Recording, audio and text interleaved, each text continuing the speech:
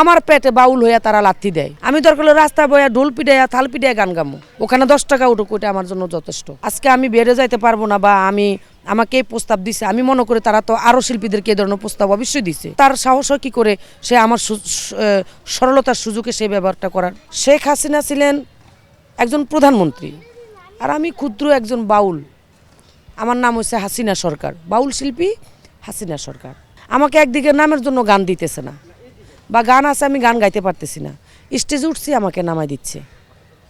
এইদিকে আমার এক কষ্ট, আমার 8 মাসের ঘর ভাড়া বাকি, ঘর ভাড়া দিতে পারতেছি না, সংসার চালাইতে পারতেছি না, আমার ছেলেটা কলেজে পড়ে, আমার কলেজের বেতন দিতে পারতেছি না, বই কিনতে পারতেছি না। তাহলে আমি একটা মা, আমি একটা মহিলা, আমি তো আর পুরুষ না যে আমি রিক্সা চালাবো।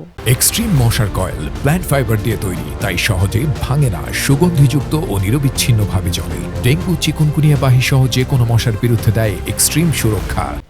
তাহলে আমি তার প্রতিদিন 200 টাকা আমি কি করে দিব? আমি তাদেরকে ডাল ভাত আমি কোথা থেকে খাওয়াবো যদি আমার গানটা বন্ধ হয়ে যায়? সেইখানে দেখে আমার শিল্পীরা প্রতিবাদ যে না করে, যে হাসিনা সরকারের নামটা হওয়ার কারণে তার গান বন্ধ করে দিচ্ছেন কেন, বা সে গান গাইতে পারবে না কেন? সে তো একজন বাউল, তাকে গান করার সুযোগ করে দেন। আমার এটা না করে উল্টা তারা আমার পেটে বাউল হইয়া তারা লাথি দেয়। আমি যখন অসহায় অবস্থায় আছি, আমি বললাম যে ভাই, আপনার তো অনেক প্রোগ্রাম আসে আপনার কাছে, আপনি যদি আমাকে 2-1টা প্রোগ্রাম দিতেন, তাহলে আমি হয়তো 2টা ডাল চাল কিনা হয়তো বাচ্চাদেরকে নিয়ে খাইতে পারতাম। ছোটোখাটো, বেশি বড় বাইনারও দরকার নাই, ছোটোখাটো আমার 1000-5 টাকাও যদি আমার ঘরে আসে, তাও আমি মনে করব যে আমার সংসারটা চলবে। আমার বাড়িওয়ালা আমাকে ঘর থেকে বের করে দিচ্ছে ভাড়া না দিলে। ওই বাউল শিল্পী আমাকে বলে উঠলো, তাহলে ফোন দিমু, কথা কইস, আসিস। তার মানে কি রে, বেড শেয়ার না? এটা কি আর ভাঙ্গে কিছু বলা লাগে? তাহলে আমি ওনার কাছে বেড শেয়ার করে যদি আমার গান নিতে হয়, তাহলে আমি ওনার কাছে গান নিব কেন?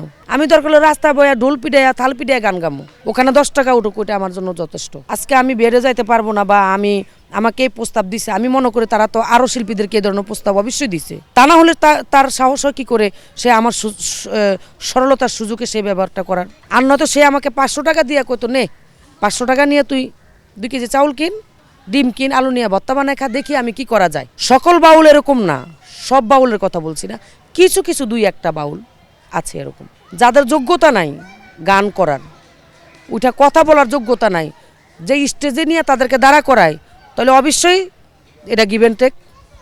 তা না হলে এটা হয় কি করে? আজকে আমি মুখ খুলতে বাধ্য হয়েছি, আমার পিছনে দেওয়াল ঠেকে গেছে। এই যে আমাকে এখন অনেক শিল্পীরা আমার ফোন করে বলতেছে, আবুল সরকার এখন এই পরিস্থিতি, তুই এই কথাগুলো বললি, সত্যি কথাগুলো কেন বলতে গেলি?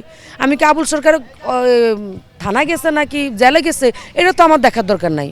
আমার দিকে তো কেউ দেখছে না, আমার তো ঘরে চাউল নাই, এখন আমি কি করব?